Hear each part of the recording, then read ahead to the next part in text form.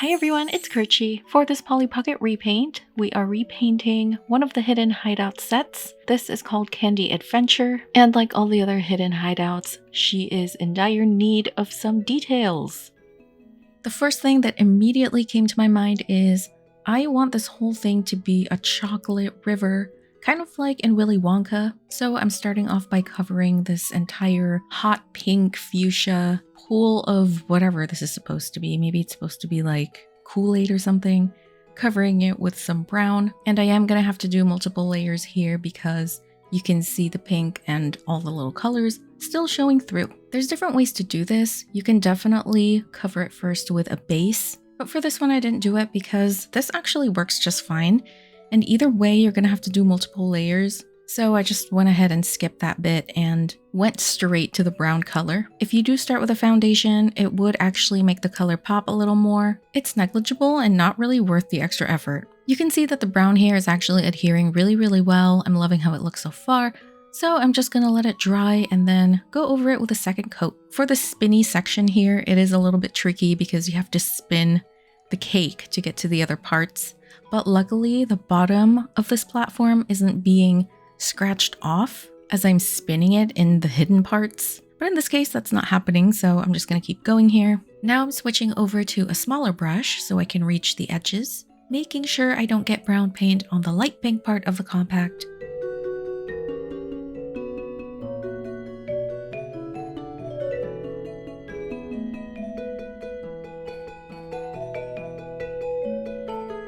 For this part, I decided to do silver because I'm kind of matching it to that chocolate piece right on the second level. This is maybe like a foil wrapper that's going over the white chocolate part.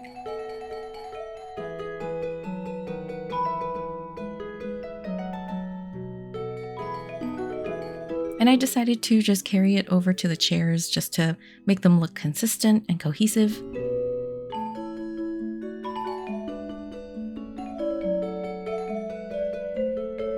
And doing the hearts was really tricky. I had to use the smallest brush that I have and really get those details right. And I decided to also just do it on the little sides here.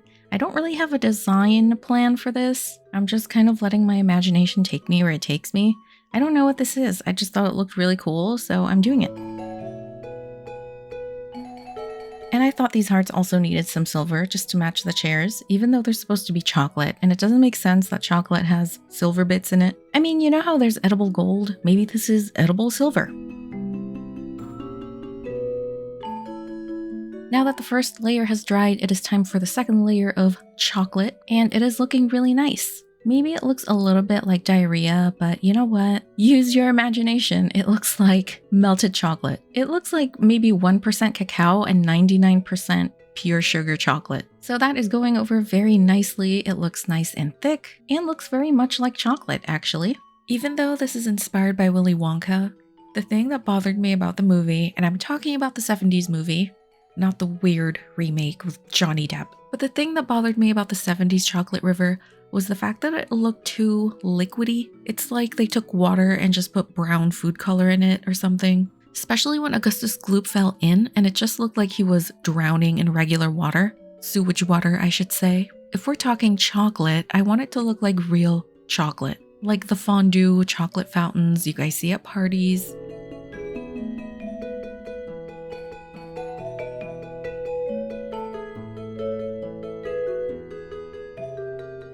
Now I am going over the spinny platform, and this one might actually need 3 layers because I can still see some of the artwork come through. And again, that's because I didn't start off with a foundation like I did for the Princess Compact, but it doesn't matter, a 3rd layer won't hurt anyone, and it's just a little bit of extra work, but it's not a big deal.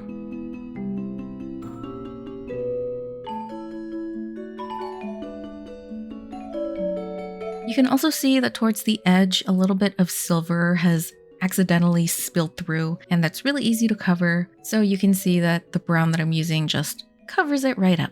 Acrylic paint is one of the most forgiving paint to use because it's really easy to fix your mistakes. That's why I love using it so much.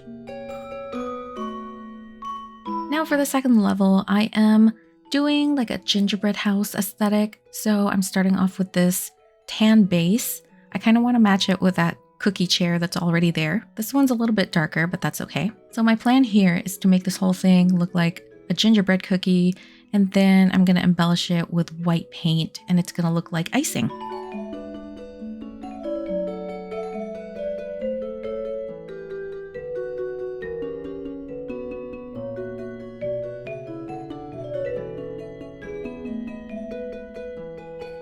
I'm also making sure to get the inside edge because those are really easy to miss. And unfortunately, I can't get that bits of cardboard out from the back. Someone pointed out in one of my Hidden Hideouts videos that you can just pull those right out, but I have tried and tried and tried and I just cannot pull them out. So you will see little bits of cardboard in the back there. For this area here with the nightstand and the lamp, I'm pretty much applying the same concept. I want them to look like cookies with icing. So I'm just carrying over that same light brown into these little bits of furniture.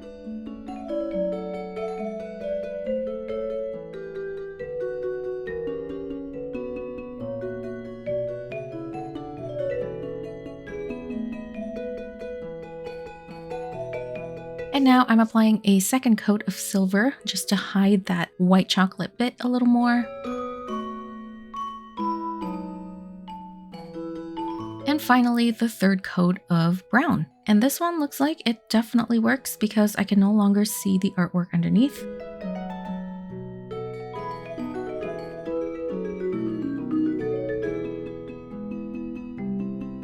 And this is me accidentally putting silver paint instead of brown. But once it's dried, I can just go over it with brown paint. And as I mentioned earlier, it is very easy to fix acrylic paint mistakes. So there you go. It's as if it never happened. Now back to the second level. This part right here has some like goopy, drippy textures. So right away my mind went to whipped cream. So I'm taking some cream colored paint, and this isn't pure white. I don't want to use pure white here because it won't look realistic or appetizing. So this is more of a beige cream color. And I'm also swirling my brush a bit to give it that whipped cream texture. Now that the paint has completely dried on my chocolate river, I am just adding some textures to make it look more swirly and liquidy. I'm just adding these light brown lines, and it looks okay. About halfway through, I realized I don't really like it, but I kept going anyway because my dad always told me to make a commitment, and here I am making a commitment. I don't really like this, but you know, I kept going. I'm just trusting my own process, trusting my own imagination.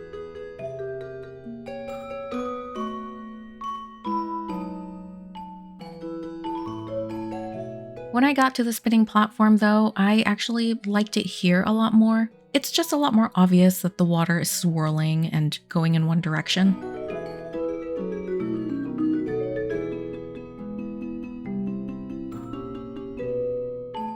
And now back to the second coat of this whipped cream, and again I am using lots of thick paint and swirling my brush to give it that texture. And guess what, you guys? I actually realized this part is supposed to be one big splash of the chocolate fountain, not foil. So I went over that silver with brown, which was really easy to do. It's very easy to cover acrylic paint with more acrylic paint. So I went ahead and just turned that into one big chocolate splash, and it makes a lot more sense.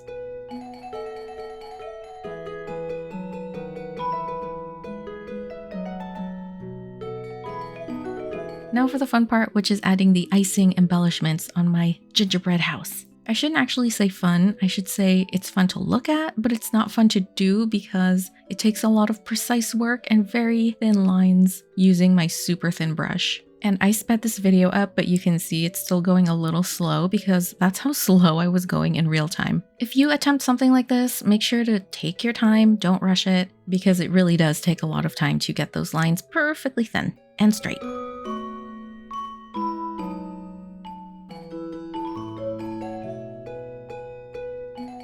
Now just the second layer of that chocolate on that big splash.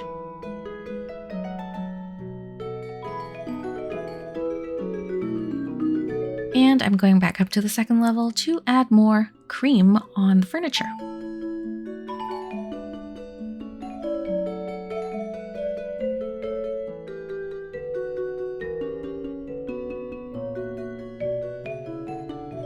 And this is the part where you can see everything come together nicely. The white cream really pops against that tan cookie color. And my strategy here is to basically put the white cream wherever I think it fits.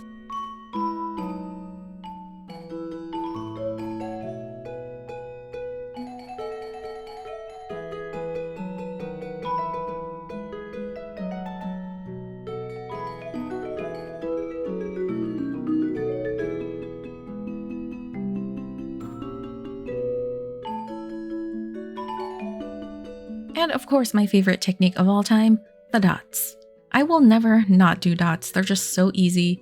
You can make them big, you can make them super tiny, you can add as many as you want.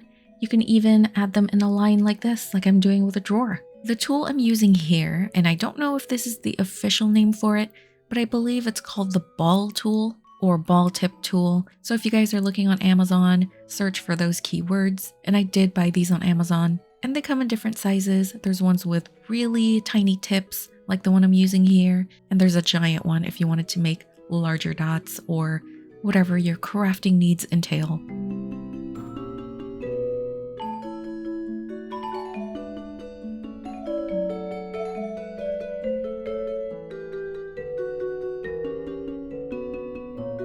Now it is time for some splash of color, and I'm going real original here, and I'm going with rainbow, starting with red. I know, rainbows are overused, but in this case, it's candy themed. Rainbows are a must. I'm starting off with red, and I'm basically alternating because I plan on using maybe 4 colors here, not the entire color of the rainbow. So I'm just kind of spreading it out. Maybe every 3rd or 4th candy is going to be red. So I'm kind of going off of the original look of the compact. I know that the candy here already had really bright colors, but the thing is, they just lacked cohesion.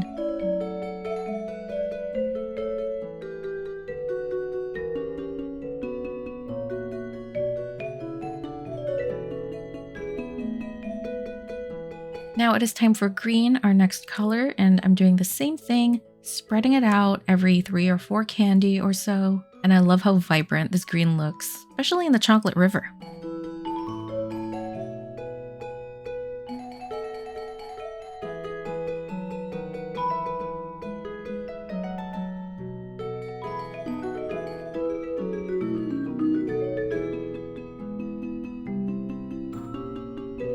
And back to the dots, I am transferring the same color scheme, green and red, onto the river, and I'm adding dots to make it look like there's little bits of candy in the river. I keep calling it river, but what is this even? A whirlpool?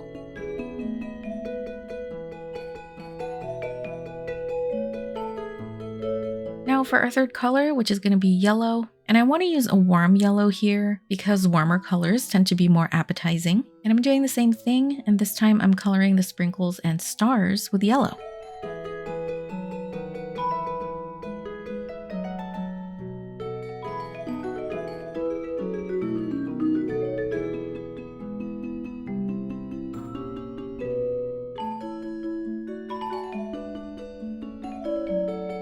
And our 4th color will be orange, and it's already starting to come together. It looks so fun and colorful, but it's not overly rainbow. It's like half a rainbow.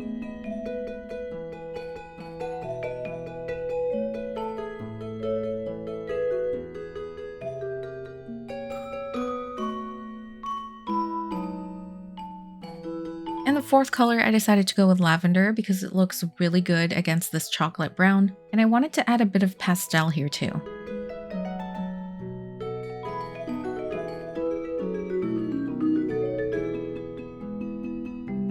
And I'm adding more white dots just to give it more design. I like my dots. I really, really like my dots. People have also been asking me if I'm gonna repaint the vintage Polly Pockets, and my answer to that is no, I will never, ever, ever repaint any of my vintage Polly Pockets, and that's because I believe that vintage should remain vintage. It doesn't need a modern touch or my creativity. All it needs is to stay in the 90s where it belongs. I have seen other people modify their vintage Polly Pockets, and they look absolutely incredible, so I'm just gonna live vicariously through them. I just can't get myself to do it, even with a duplicate one that I have.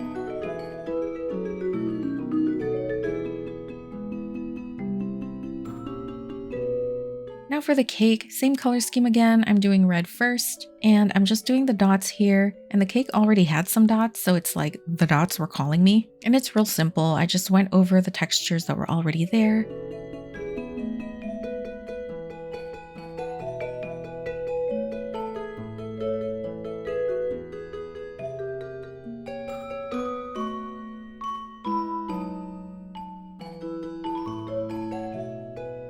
Of course, can't forget that little heart, gotta get that silver in there again. And finally, topping it off with green and yellow.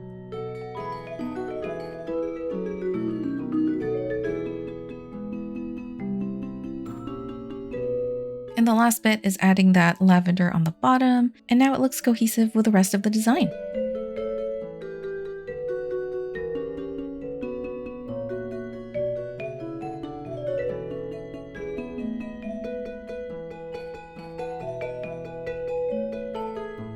The hardest part for me are these little tiny bits of design that are hidden in the walls of the compact. And also these candy canes were such a pain to do. And I also realized that I forgot to do the yellow one. I didn't see it till after I had already glazed it, but it is what it is. I just have to move on.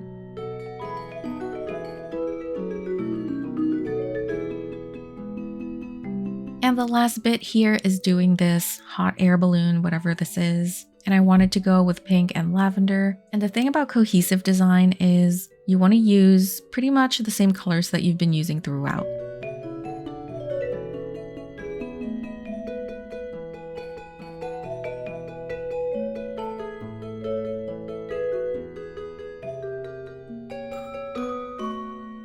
And taking that same yellow again for the sides.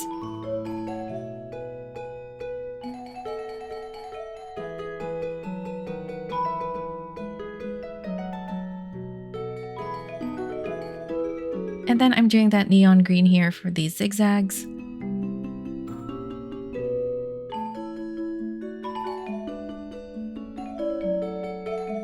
Orange for these dots.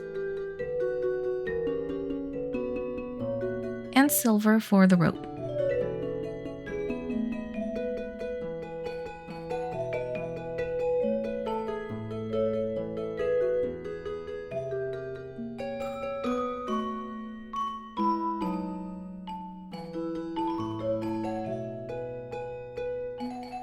And the background here was a little bit tricky. I'm trying not to move the hot air balloon up and down because I don't want to scratch the paint. So the rainbow here is going to be kind of like a partial rainbow. You can see where it gets cut off by the hot air balloon, and it's just really hard to get behind that. So I'm doing my best here to at least give it some continuity.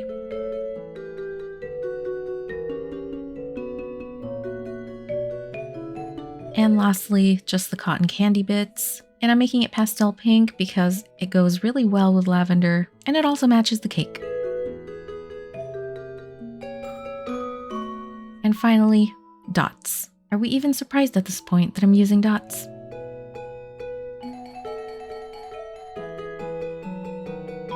Now for the front of the compact, and I'm just doing the candy here. Like with my other Hidden Hideout repaints, I'm just doing that little icon on the front that tells you what the compact is about. But I might do a series where I actually repaint the entire front of all of the Hidden Hideouts compacts. But that might take a while, and I still have 2 more Hidden Hideouts to repaint. So anyway, I'm doing the whole rainbow thing again, using the same colors I used on the inside, and I'm just following the swirl pattern that was already here, and I'm topping it off with dots.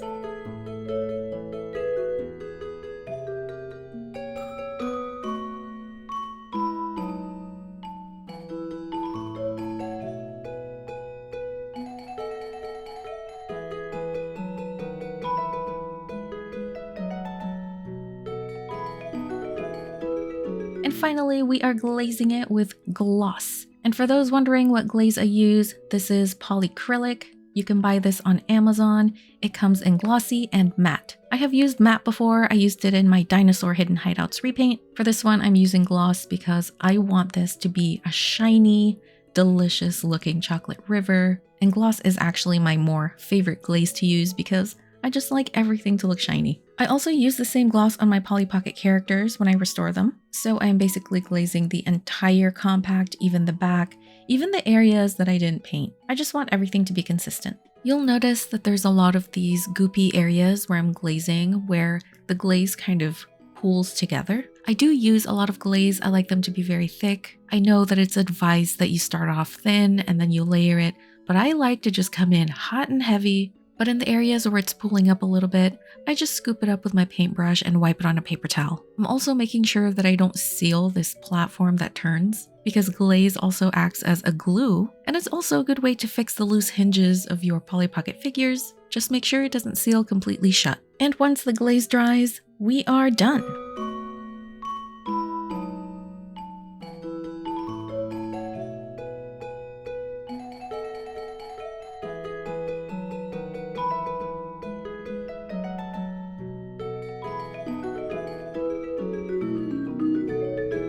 And here is the finished repaint. I love how it turned out. Of course, I say that about every repaint, but it's been a while since I've done one of these. I was a little bit rusty, but I managed to make it through. Here is my chocolate river inspired by Willy Wonka. Lots of candy all over the place. I did go with rainbow colors. I know it's a little bit overused, but I just thought it fit really well here. And the colors really pop against the brown, so that worked out really well. I also really like the cake. I didn't really do anything too complicated here. I just put a bunch of dots on it to give it a bit more decor. This part still turns though. Sometimes you gotta be careful when you're glazing it because you can actually seal it shut. I love how the glaze and the little textures made it look like it's actual chocolate. Not the super runny brown water that was in Willy Wonka. I thought that one kind of looked like sewage water. This one looks like real thick chocolate. I did want to keep the seat and this little heart section the same because I do get the concept how it's supposed to be white chocolate. And I do like that silver to match the little bow on the front here. And here is my gingerbread area. I really love doing this one. I love how the white really stands out. And I did want it to look like food. I didn't want to do too many super unrealistic food colors here. I wanted this to look like you can rip it out and take a bite out of it. I didn't do anything with the chocolate. I just wanted to keep it plain because I actually really like the design of this. It almost feels like it doesn't belong in the compact because it's way too detailed. Well, before it didn't belong, but now it does. And then this part is my little rainbow hot air balloon or whatever this is. Just wanted to make it pink and purple with bright neon colors. And the rainbow was really tricky to paint, as you guys saw. I don't even want to move this up and down because it's just going to scratch the paint off. I don't really intend for these to be super functional after I've repainted them. They're just for looks. I also really like the cream. I tried to add a little bit more texture to it so it would look very obvious that it's like whipped cream or something. And on the front, of course, I just did something simple to the little candy symbol here. This time around, I didn't paint any of the pieces. Normally I do, but with this one, I just wasn't really inspired to do anything with these. And I also really dislike these Polly Pocket characters. They have since updated them with a hinge, so I just don't really want to bother doing anything with these. I also don't really like these pieces. Like this lollipop is just way too big for her. And the gingerbread man is already gingerbread man looking, so I don't really need to do anything there. And I refuse to paint these little floaties simply because I really love them and I actually just want to like gather all of these up and put them in a baggie or something because every single floaty I've gotten in the modern Polly Pockets, they just look so cute, so I don't really want to modify those in any way. And that is my repaint of Candy Adventure, turning it into Willy Wonka's Factory / Gingerbread House. And thank you guys for watching this Polly Pocket repaint, and I'll see you on the next one.